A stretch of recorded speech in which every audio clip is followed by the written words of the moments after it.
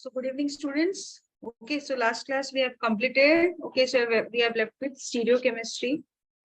Okay, so stereochemical aspects of nucleophilic substitution reaction. So we will see some of the stereochemical principles, okay, and notations which are used. So first is plain polarized light. What do you mean by plain polarized light? So suppose you are passing a ordinary light. You know that ordinary light, okay, you can see here. So if you pass a ordinary light, it consists of waves, okay, in where its waves are vibrating in all the direction. Means what? Now suppose you have considered a ordinary light. Ordinary light here you have taken a bulb. Okay, so from a bulb, so when the bulb, okay, when it blows, okay, so you can see that the vibrations, the waves, it vibrates in all the direction. So the waves, okay, it vibrates in all the directions. So these waves, okay, so these waves which are vibrating when you pass through a nickel prism. So what is the role of nickel prism? So nickel prism will select a okay, it will polarize. So it is acting as a polarizing filter.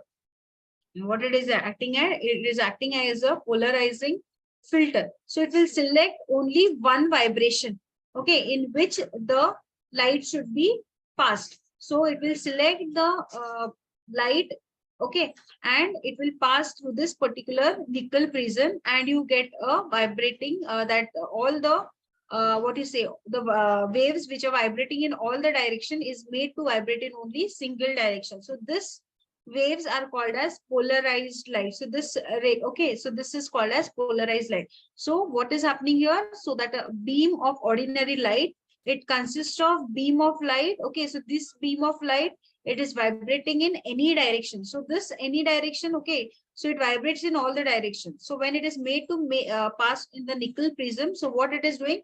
So it is passing the waves which are vibrating in all the different directions. It is made to pass in only single direction. Okay, and we get a polarized light. Okay, so this is polarized light. So when a beam of ordinary light, it consists of waves which is vibrating in all the direction, but when passed through a nickel prism, it becomes a plain polarized light. So okay, so this ordinary light, when it is passed to nickel prism, so nickel prism is very important. It is acting as what? It is acting as a polarizing filter. Okay, so it acts, so it is, so you get a polarized light, that is called as PPL. Okay, plain polarized light. So now this, so the solutions of some organic compounds. Okay, so what is, so this gives rise to something called as optical activity. Okay, so when you pass this plain polarized light, so the solutions of some compounds, so what is done? So solutions of some organic compounds have the ability to rotate the plain polarized light. So when you pass this plain polarized light, okay, so if you pass this plain polarized light after passing it to the nickel prism, so these are the plain polarized light. Now these plain polarized light is made to pass through a organic compound. Okay, now suppose this is an organic compound. So this, we are taking an organic compound in a beaker. Okay, so if you pass this plain polarized light through an organic compound, so after it has been passed from there, so these organic compounds, so these solutions of some organic compounds, they have some ability to rotate this plain polarized light. So rotate means what? Either it will rotate to right hand side, okay, or it will rotate to left hand side. So this is called as optically active. So these such compounds are called as optically active, and the property is called as optical activity. So optical activity means what? Whenever some of the solutions, okay, so the solutions of some organic compounds, they have the ability to rotate the plane polarized light. Okay, so they have that ability to rotate the plane polarized light either to right side or to the left side. So when it can rotate the plane polarized light to either for left side or the right side, then it is called as optically active, and this property is called as optically activity. So these gives rise to two rotatory substances. Okay, so when the compounds, when they rotate the plane polarized light to right side, okay, if they rotate the plane polarized light to right side, then it is called as dextrorotatory. Okay, it is called as dextrorotatory. So either to the right side or clockwise, clockwise. Okay, so clockwise, so either right side or clockwise, then it is called as dextrorotatory or small d form. Okay, or small d form it is. And so the this is lactic acid. So the example is what? Lactic acid. So lactic acid, C,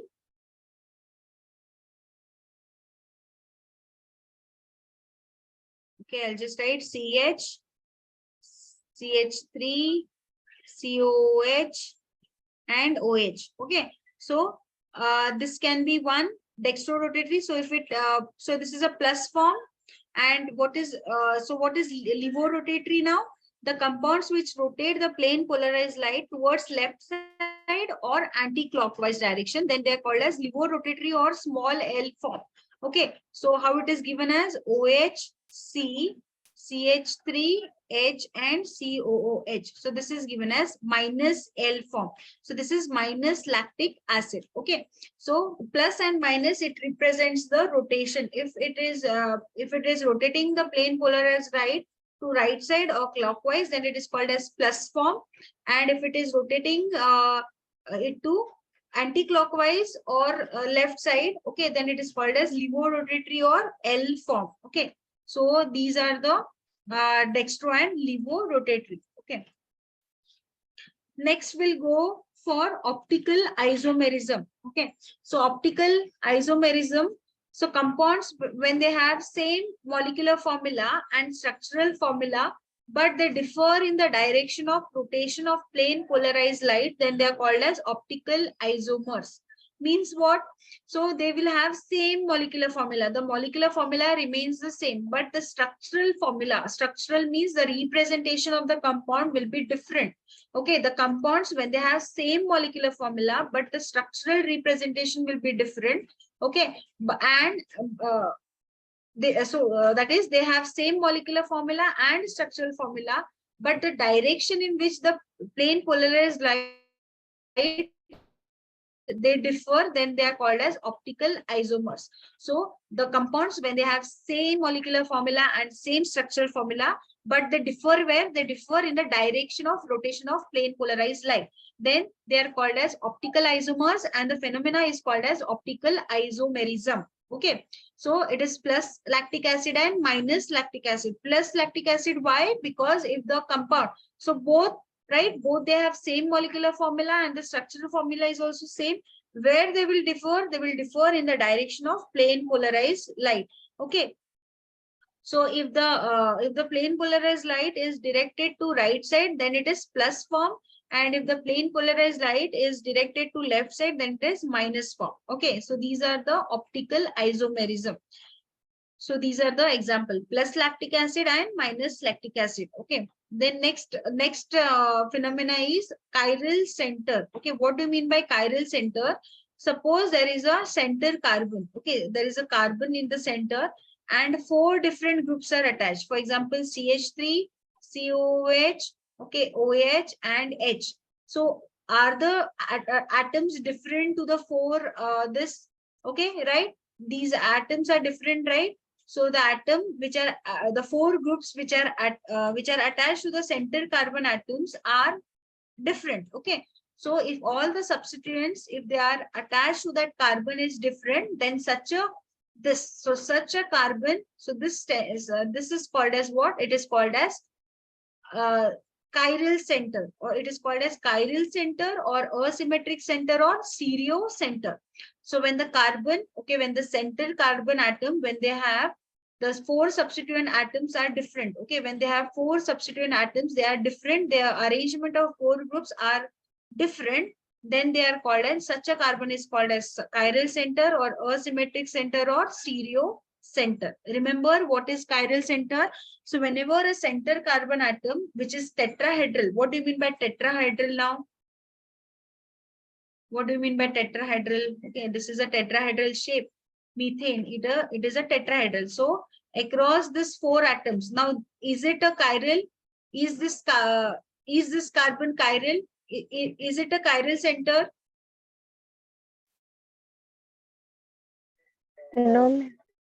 No, right? It is not a chiral center because all the atoms are same. It is called as what then? It is called as a chiral, or it is called as symmetric center. It is called as symmetric center.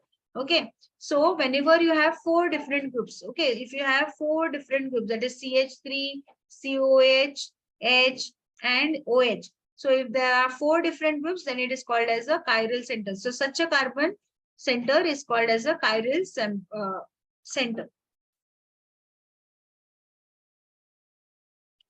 So next we'll go for chirality.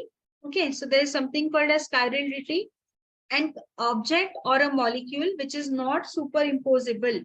Okay, whenever an object or a molecule which is not superimposable on its mirror image, then such a carbon is called as chiral and its property is called as chirality. For example, you can see these are 4 different atoms. Okay, so these are 4 different atoms. It is represented by different color, means what? There are 4 different atoms attached to center carbon atom. Okay, so when 4 different atoms are attached to a center carbon atom, so this is what? It is a chiral carbon. Now you can see here, okay, here. Now, if I take, for example, our 2 hands, okay, so an object or a molecule is not superimposable on its mirror image. So if I take my 1 hand, okay, and if I want to superimposable means what? Now this is its mirror image, right? This is its mirror image. Now if I put my 1 hand on the another, okay, is it superimposable? Is my thumb superimposable with my thumb of the next hand? No, right? So whenever a object or a molecule which is not superimposable on its mirror image is called as a chiral, and the property is called as chirality. Okay. So you can see. So if I take my one hand, okay, so this is its mirror image. So this is its mirror image, right? So if I place it just in front of both in front of one another, my both the hands, okay, so they are its mirror image. Now what I'll do, one hand I'll place on the next hand. It is superimposable? Is it superimposable? Is my thumb superimposable with the next thumb? No. Okay, it is not superimposable. So the object or a molecule which is not superimposable on its mirror image is called as chiral, and this property is called as chirality. Okay, so this is about chirality. So the object or a molecule which are superimposable. Now, when the object or the molecule, when they are superimposable on their mirror image, then such a molecule is called as a achiral molecule. Okay. So if you have taken an object and it is superimposable on its mirror. What do you mean by superimposable? First, you just understand the meaning. So this is, okay, I have taken the mirror image. So this is its mirror image. Now superimposable means you have to place one molecule on the another. Okay, one molecule. First you take its mirror image and then you have to put the mirror image on the molecule. Okay, so this is superimposable. So if the object or a molecule, when it is superimposable on their mirror image, then it is called as a achiral molecule. Next is, so I'll just give you a few examples for chirality. Okay, we'll write. You have to tell me whether is it chiral or, okay. So just see. So this is butane to all. Okay, so this is butane to all. So this example is over. So I'll take next example. CH3, CH2, C, H, Cl, CH3. Is this molecular chiral? No, ma'am. Yes, ma'am. Yes, it is chiral, right? Because all the atoms are different. So if it is chiral, then it is not superimposable on its mirror image. So this will show the property of chirality. Okay, so you have to see. So which molecules will show chirality property in which the molecule is chiral. Okay, if the molecule is chiral, then it will follow the property of chirality. Now, next example, CH2, OH, CH, OH, CHO. Now this molecule, is this carbon chiral?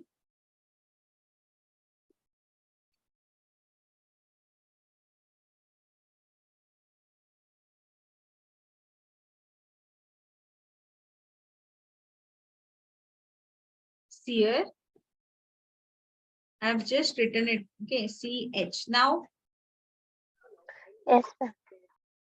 then just understand. Okay, I've just written the condensed form. Now, next molecule, BRC, ClIH. This particular center, Chirality, ma'am. yes, it is showing the property of chirality.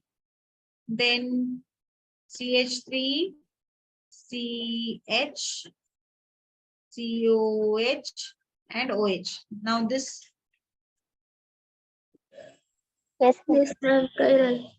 it is chiral. Okay, so you have to understand. So whichever molecules they show the chiral. Okay, so if they show chiral, means they will follow the chirality. Okay, so they will follow, or they will behave. They will follow the property of chirality.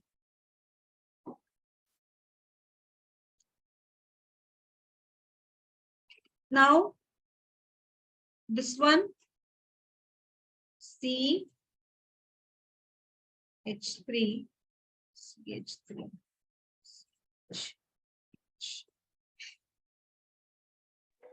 Chirality, ma'am. It will show it is a achiral molecule. Okay, so just see, if I take a achiral molecule, CH3, CH3, H, OH. Okay. If you take a mirror image now, how will be the mirror image? OH will come here. Okay, OH will come here. OH, then C, here CH3, here CH3, this is H. Now, what I'll do, I will place this molecule on this. Okay, I'll turn it to 180 degree and then I will place this on this. If I turn this molecule to 180 degree, turn this to 180. Okay, after turning it to 180 means what? This will come here. Okay, so this will come here. So this will be CH3. Then this will come here. This will be CH3. This will be OH and this will be H. So what I have done, I've turned it to 180. So now is this and this same? Yes. So they are superimposable. So they are superimposable. They are superimposable. So whenever you have a achiral molecule, they are superimposable. So this molecule, if you place on this molecule, okay, they are superimposable mirror images. Okay, so this is propane to wall. Okay, so this is propane to wall.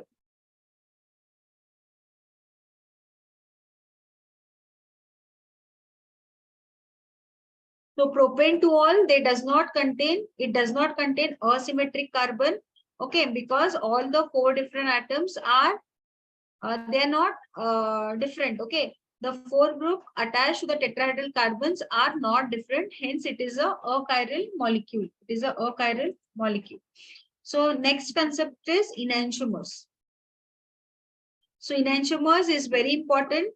Okay, what do you mean by enantiomers? Enantiomers, they are stereoisomers which are non-superimposable on their mirror images. Then they are called as enantiomers. Very important.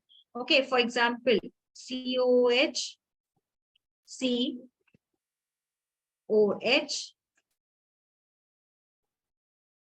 CH3, H. Okay, I'll take a mirror image.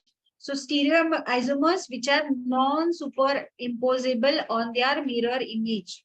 Okay, if I take a mirror image now, see, so what will happen? H will come here, this will come OH.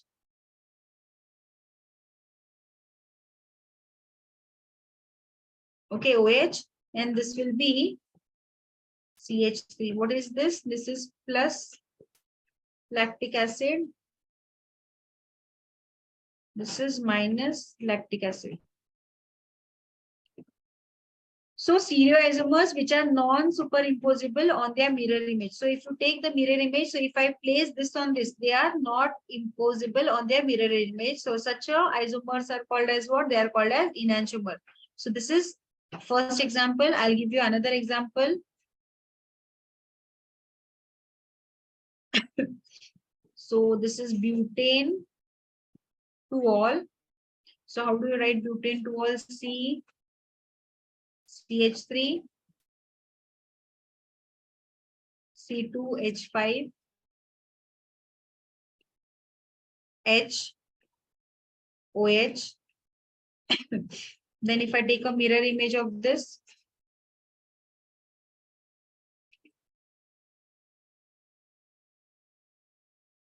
okay, what it will be?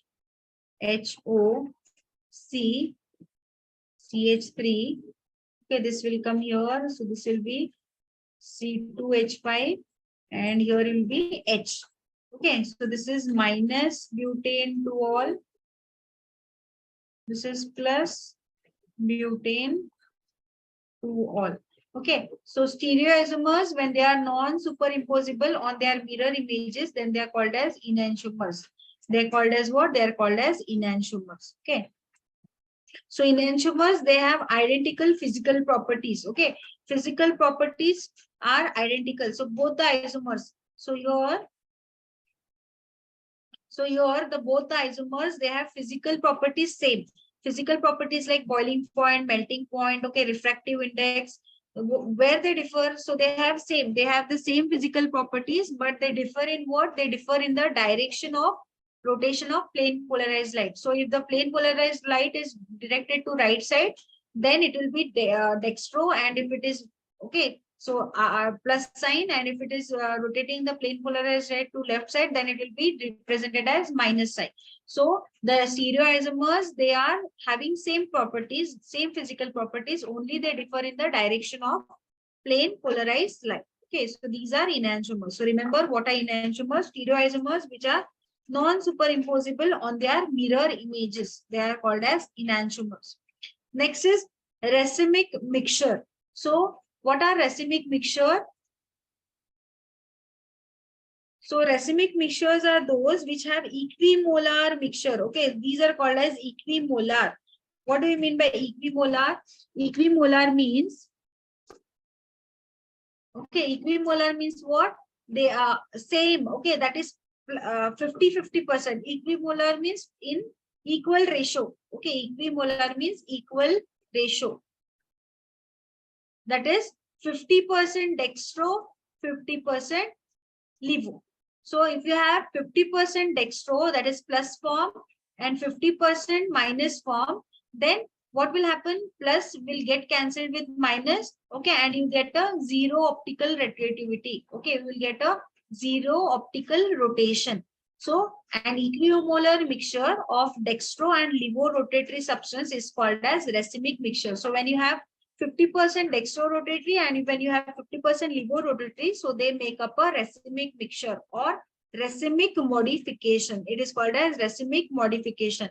So they have a zero optical activity. Why? Plus will get cancelled with minus. So 50% plus is there, 50% minus is there. So plus will get cancelled with minus. So it has zero optical rotation because the rotation due to one isomer will be balanced by the other isomer. So it is represented how? It is represented by the prefix DL, okay, or it is plus and minus before their names. So if so, it is represented how? Racemic mixture or racemic modification.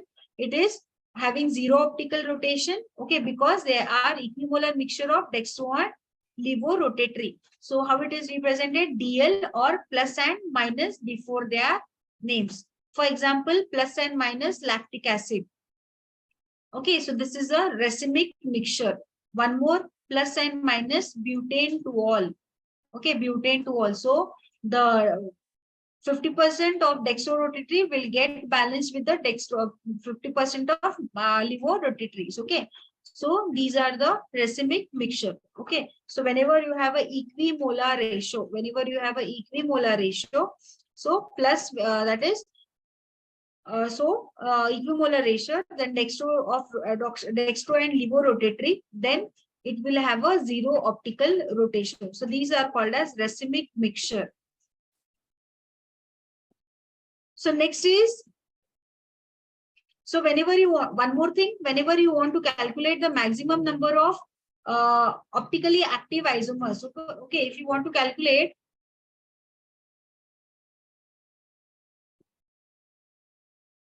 so if you want to calculate the maximum number of optical active isomers, okay, for a compound, then you have to take the number of stereo centers is 2:n.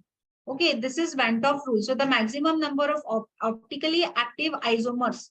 Okay, so this is very important from CET point of view also. So that is the maximum number of optical active isomers for a compound with n number of stereo centers is 2:n. Okay, so we'll see based on the number of, so if the stereo center, now for example here, now for lactic acid, what was lactic acid? CHC, COH, H and OH. How many stereo center are there? Only one. So 2:1 is what? 2. So how many isomers it will have? Lactic acid only 2. So 2 isomers it will have. Understood? So like this. So whenever you want to calculate the optical these, okay, so if a compound is given, so you have to calculate the number of chiral carbon. What do you mean by chiral carbon? The number of atoms attached to okay, to a tetrahedral center should be different. Okay, so if you have a 2 chiral carbon, then you have to put here 2. So 2:2 is 4. So it will have 4 isomers. So like this you have to calculate. Next is meso compounds. So meso compounds are optically inactive. Okay, they are optically inactive. Why? Due to the presence of plane of symmetry. What do you mean by plane of symmetry? Now, this is the example. It is a mesotartaric acid. Okay, mesotartaric acid, COH, HOH, okay, HOH and COH. So, what is plane of symmetry? If I put a plane here, if I put a mirror here, okay, won't the molecule, so you can see the molecule is divided into two half.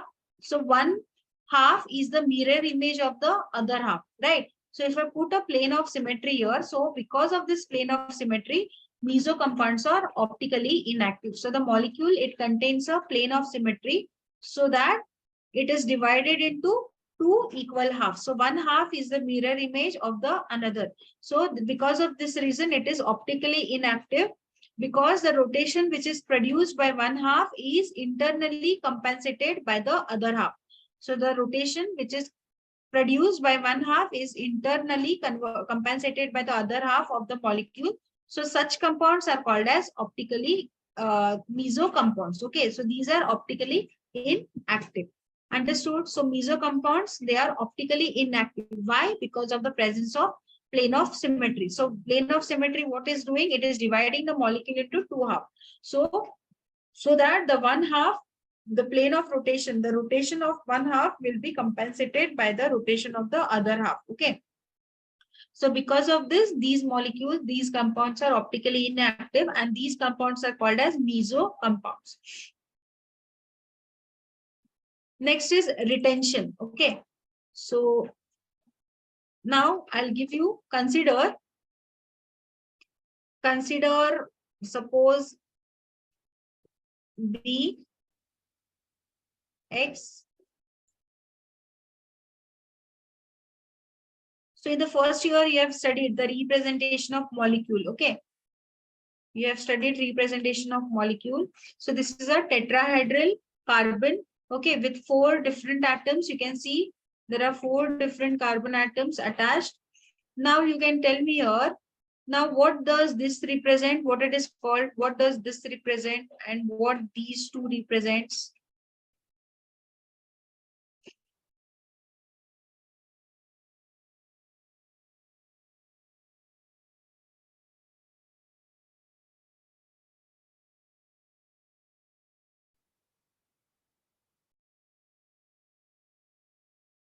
Yes, anyone?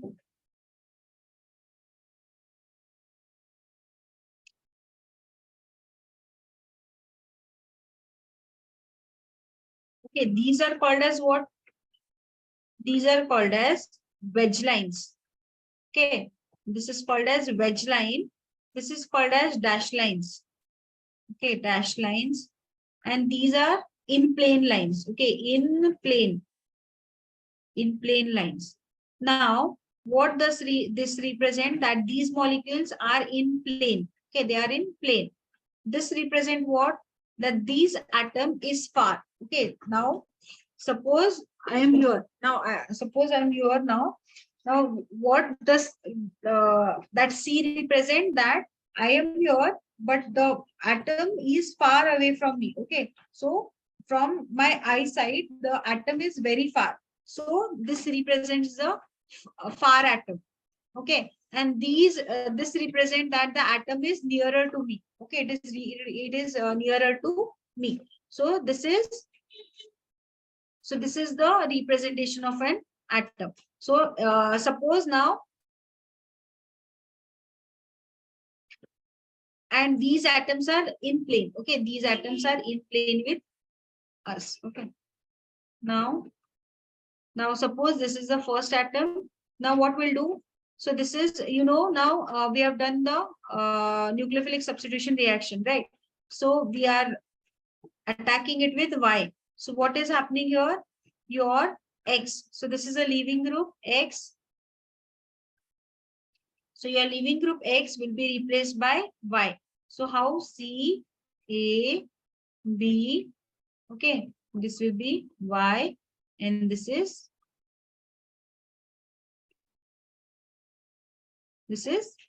C. So what is happening here? If the relative arrangement of bonds at the asymmetric center, okay, suppose I'll take this as D only. Asymmetric center means all the atoms should be same. So, okay, we'll represent A, B, C, X and D. So if the relative arrangement means across the carbon atoms, the arrangement. So these are the relative arrangement, right?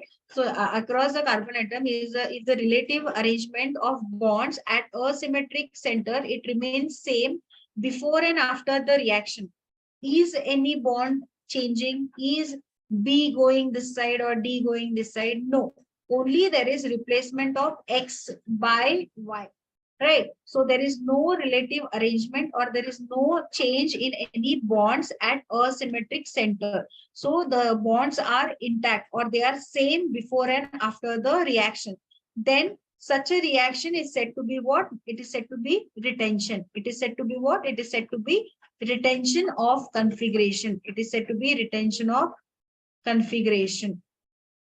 So if the relative arrangement of bonds at a symmetric center remains same before and after the reaction, then the reaction is said to be said to occur with the retention of configuration. So in general, if during the reaction no bond of the stereo center is broken, means what? If no bond, only there is replacement of this atom by another. We have not broken any kind of bond.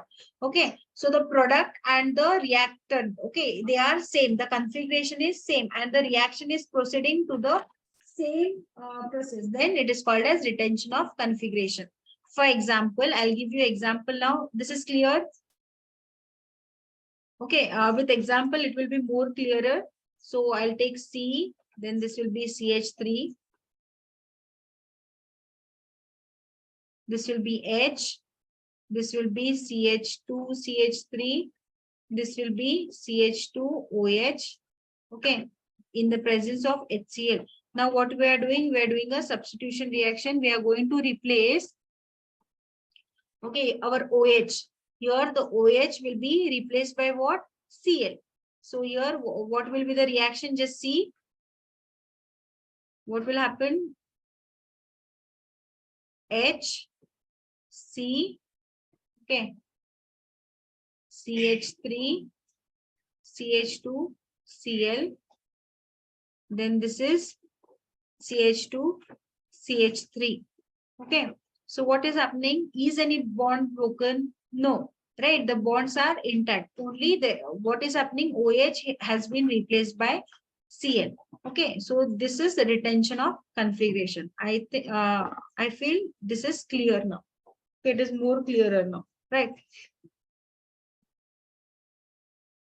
Yes, shall I proceed further? If you have not understood anything, you can ask me here only. So I can just clear that and I can move further.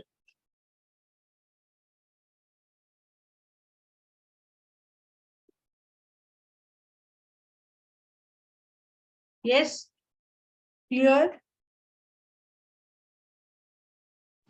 Yes, ma'am. Others?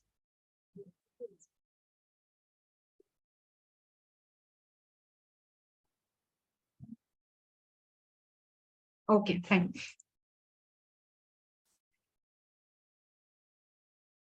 So we'll go for the next one. Next is inversion. Okay, where did you see retention of configuration? General illustration of retention water management.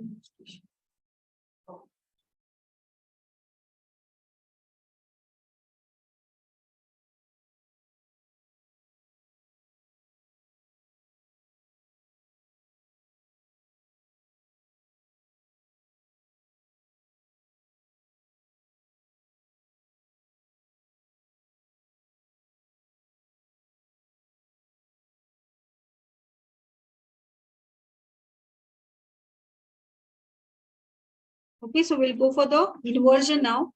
So inversion is what? I'll give you example first. C, C2H5, H,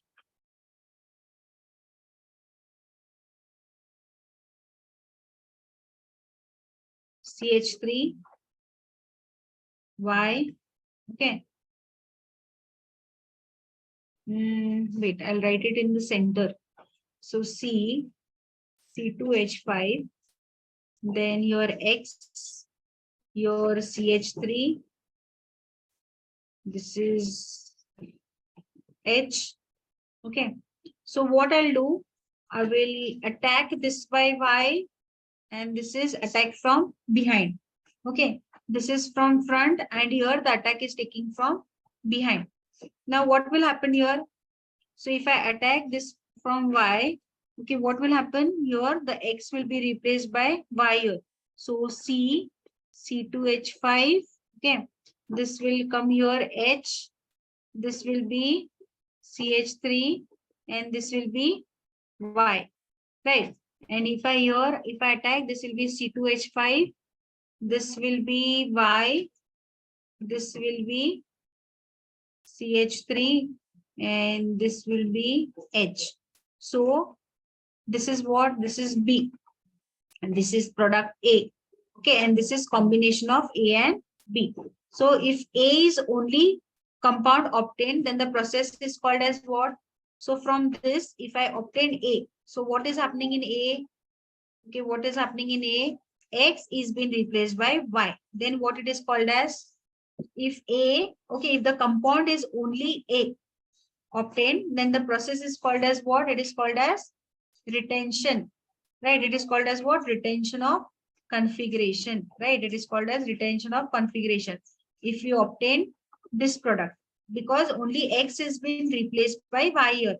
Now, if B is the only product, now suppose this was not obtained, okay?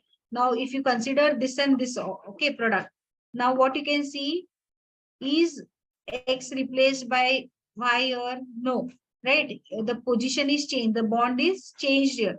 So if B is the only compound from the process, then it is called as what? It is called as inversion of configuration.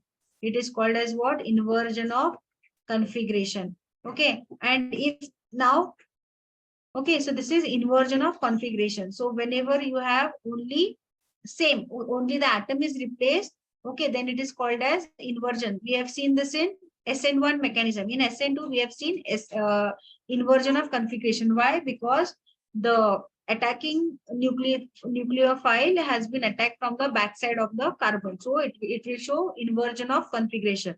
And if you get both, okay, if you get 50% of inversion and if you get 50% of retention, okay, that means what? If you get both the products A and B in 50%, then the process is called as what? It is called as racemization. It is called as what?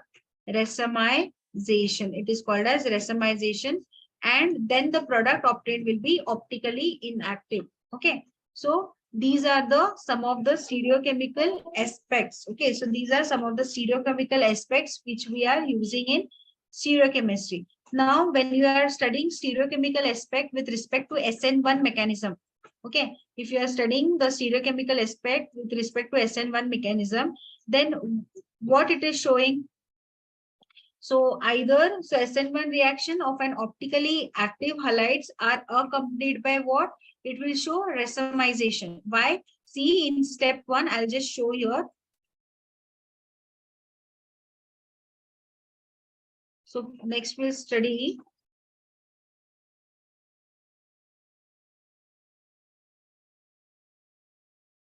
okay. So stereochemical aspect in SN1 reaction. Okay, stereochemical aspects in SN1 reaction. So in SN1 reaction, I'll write the step 1. You know, it proceeds via 2 steps. So the first step, so CH3. Okay, and then this will be far away carbon, that is H. Then this will be C2H5. This is Br. So what will happen here? This bond will be broken. Okay, heterolytically, the bond will be broken. So this will become CH3. This will become H. This will be C2H5. There will be formation of carbocation plus Br minus. So this is a step 1. Now step 2 is what? Step 2 is what? So this is a carbocation, right? H C2H5. So this is carbocation. So the carbocation, so it can attack from either this side or it can attack from this side, right? The product will be same. So I'll just write, so CH3, H, C2H5 and OH. Here C, okay, OH, CH3, C2H5 and H. So it is getting what? 50% retention, 50% inversion. So in SN1 mechanism, when you are studying the stereochemistry, okay, it will show what? It will show racemization. Okay, it will show racemization or it will show racemic mixture.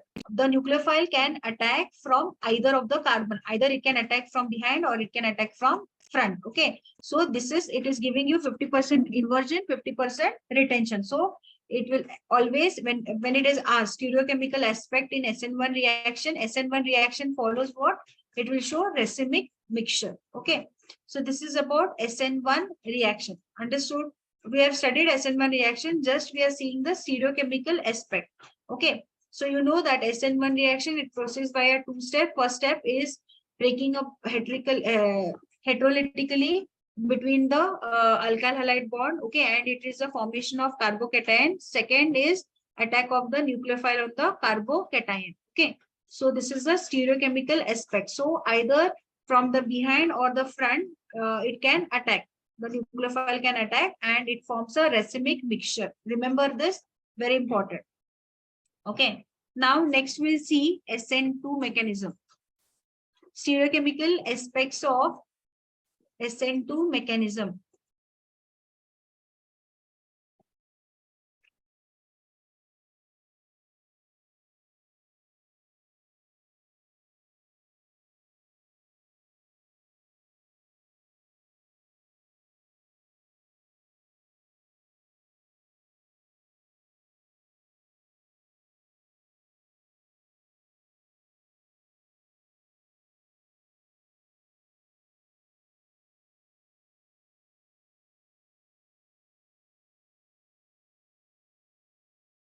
Okay, via SN2 mechanism. Now you know SN2 mechanism, it is optically active halide because it is accompanied by what? It is accompanied by inversion of configuration. This we have seen, right? It is completely 100% configuration. Okay, so it is 100% inversion. Why it is 100% inversion now? So just see the steps. So this is your CH3. Okay, then H, C6H13, Br. So what is happening? The nucleophile will attack from the behind the carbon. Okay, so there will be breaking and making of bond takes place simultaneously. It will go under via a transition state. So there will be a penta-coordinated carbon. So what will happen? So the attack is taking from behind. So this will be the so it will be like the flip of umbrella. Okay, flip of umbrella inverted. So the molecule will get inverted. So this is the product obtained. So this is 100% inversion. So it is inverted. Okay, the it gets inverted. Understood? Okay, understood till here. Any doubts? We have left with anything? Yes, you want me to explain anything? You can just go through once. Okay, so I feel I have completed the synopsis. Yes, so if there are no doubts from the next class, I'm going to start with the MCQs. Okay, I'm going to start with the MCQ. If I have left anything, you can just let me know. Yes, just check.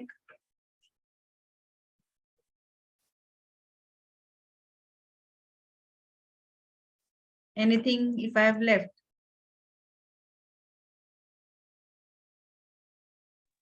No, ma'am. Okay then. So everything is clear, whatever has been taught till now.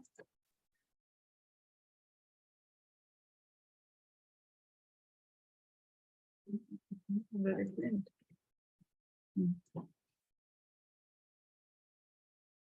Yes. Okay, fine then. So we'll stop the class for today here. Okay. If you have any doubts, you can ask, or else just a second. I'll take the attendance. I'll take a photo. Okay. Fine. If you have any doubts, you can ask me. No doubts?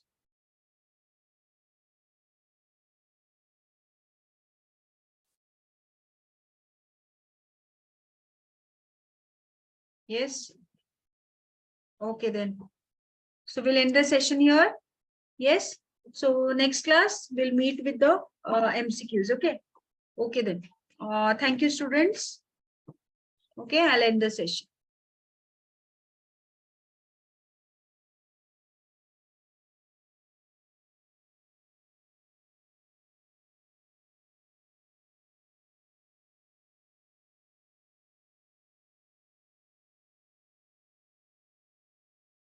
Yes, Grignard reagent, Komal, I'll tell in the next class only then. Okay, because everyone else has also left.